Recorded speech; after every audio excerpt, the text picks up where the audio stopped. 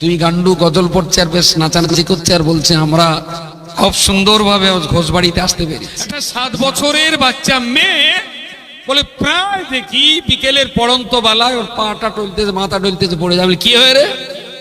কাকু ওই ওখানে একটা বোতল ছিল, কাক করে একটু খেয়ে।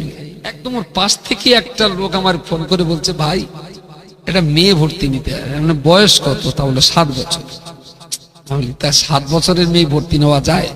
তাহলে বিশ্বাস করুন মেয়েটা না নিলে হবে না। আমি বাচ্চা মেয়ে নিয়ে কি করবো আমি? তাহলে আপনার ওখানে পড়াশোনা হোক না হোক শুধু একটু রেখে দেন।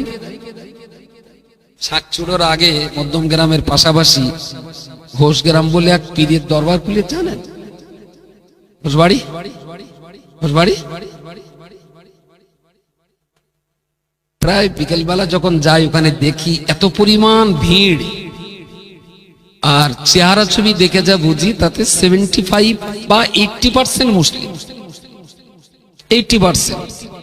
সেদিন দুটো গান্ডু দেখলাম ইউটিউবে, দুই গান্ডু গজল পড়ছে আর বেশ নাচানাচি করছে আর বলছে আমরা খুব সুন্দরভাবে ঘোষবাড়িতে আসতে পেরেছি।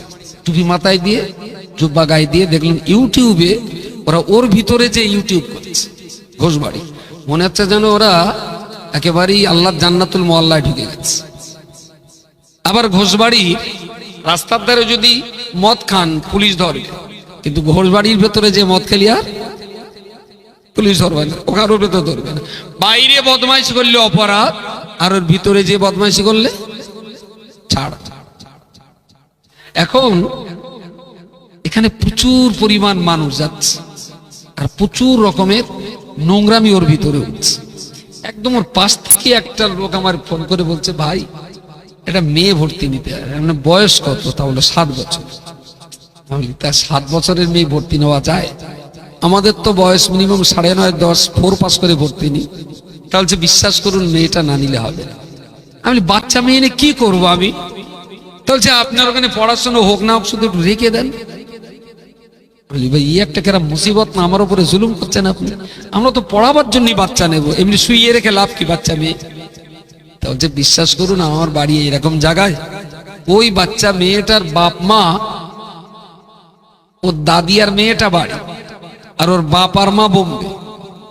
বলছে প্রতিদিন ওখানে মদ চুল্লু টুল্লু খেয়ে বোতল টতল ফেলে যায়, আর এই বাচ্চা মানুষ এইসব বোতলের এইসব মাল টাল খেয়ে মেয়েও নেশা করে।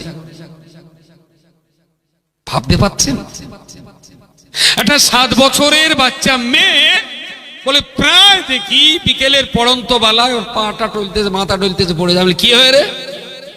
কাকু ওই ওখানে একটা বোতল ছিল, কাক করে একটু খেয়ে।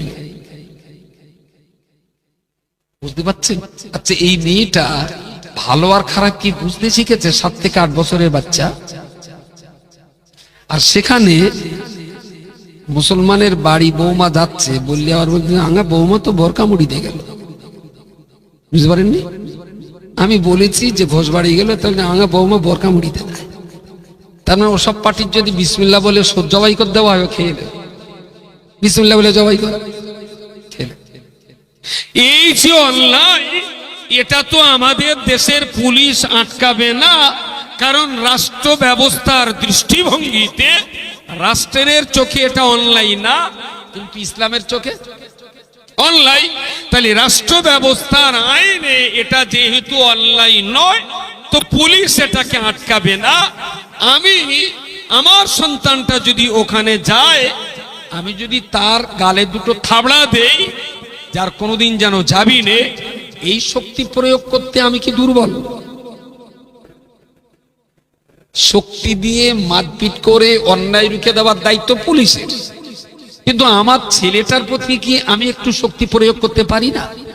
আমার ছেলের প্রতি, আমার ছেলেকে আমি 2-4টে চটচাপ্পার থাপ্পড় দিল যার কোনোদিন যেন এই সমস্ত জায়গায় যাবি।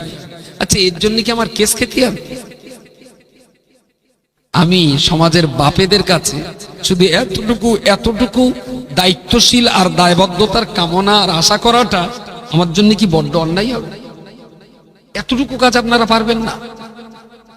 যদি প্রত্যেকটা বাবা এতটুকু কাজও করতে পারেন, আশা করা যায় এই মহা সর্বনাশের ভিতরেও কিছুটা হলেও হয়তো আমরা জোনাকির মতো মিটমিট করা শান্তির একটু আলো দেখতে পাবো। আর বাবা মা যদি এটাও ছেড়ে দেয়, তাহলে যত দিন যাবে তত ঘন ঘটা অন্ধকার আমাদের দেখতে হবে।